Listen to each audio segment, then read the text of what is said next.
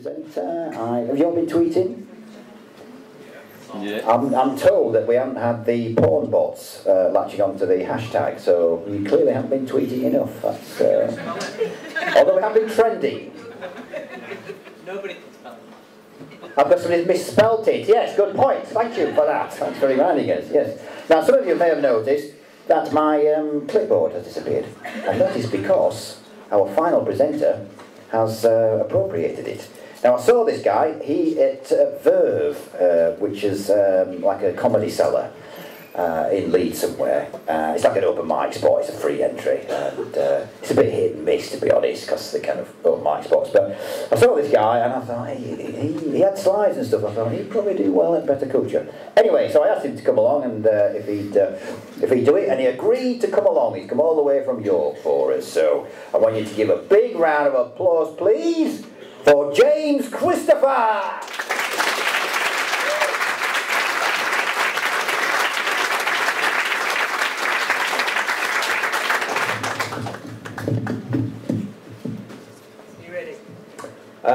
Hang on a sec.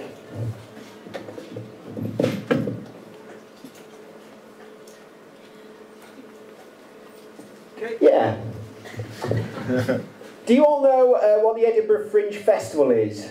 Yes. Well, I'm going to tell you what it is anyway. It's the biggest arts festival in the world. There's theatre, there's comedy, there's all different levels, students, amateurs, pros. And because of that variation, a lot of shows in Edinburgh are actually worse than silence.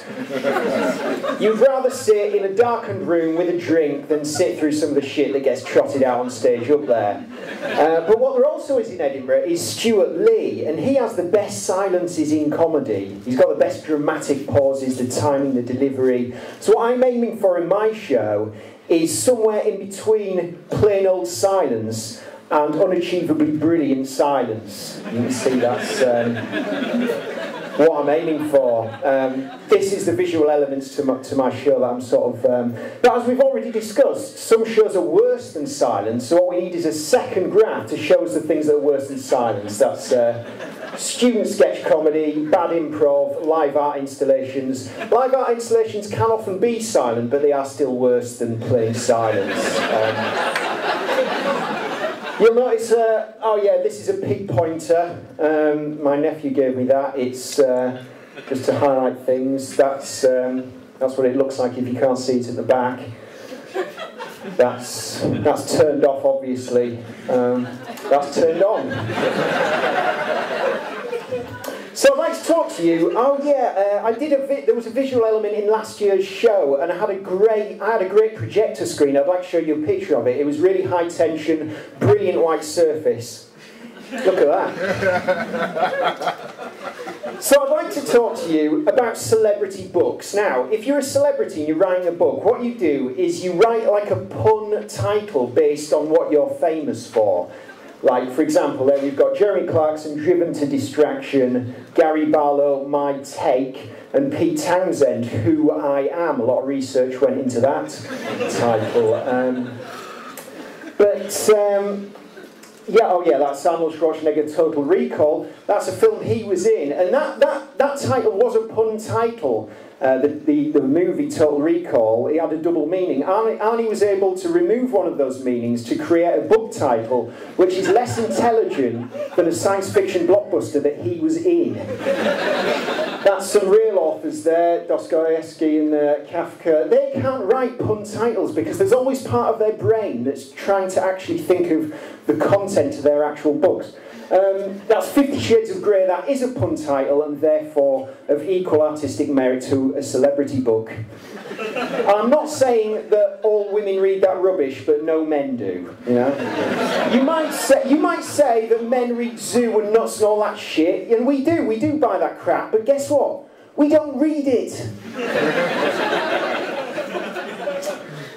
So yeah. Next thing coming up is a favourite when I was a kid, 101 Uses for a Dead Cat, quite a jovial, silly, juvenile book. It used to amuse me when I was a kid, you know, so... Also, when I was a kid, I used to have a cat myself, that's Dennis. As you can see, he's a three-legged cat. he had an accident and he had 3 legs, and then he was fine for a couple of years, and then he died, unfortunately. Coming up next is a picture from the aforementioned book 50 Shades of Grey. Some pretty weird shit in that. That's a toast rack, isn't it? Dead cat being used as a toast rack, quite practical. And as you can see, if you've got a dead 3-legged cat, not only have you got the sadness of a dead beloved animal on the breakfast table, but also it's not really a serviceable toast rack. It's tragedy all round. Got another 2 there. It's the hat stand and the toilet roll holder.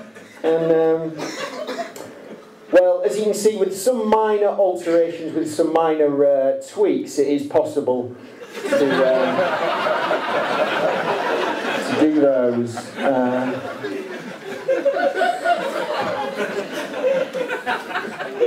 You know, it's depressing but practical. It's like a goth self-harming with a Snap CD case.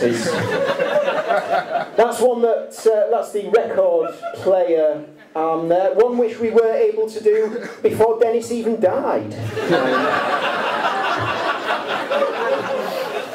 So that's me on Twitter. I'm JC Beermat. What I do on Twitter is, if I think of something amusing, then I tweet it, and then if it gets a bit of a response, then I do it on stage. So if you want to read through quite a lot of stuff that isn't even as good as this, then that's what I suggest you do. I do run a gig at his Verve Comedy Cellar. I'm not allowed to sell things. James, Christopher,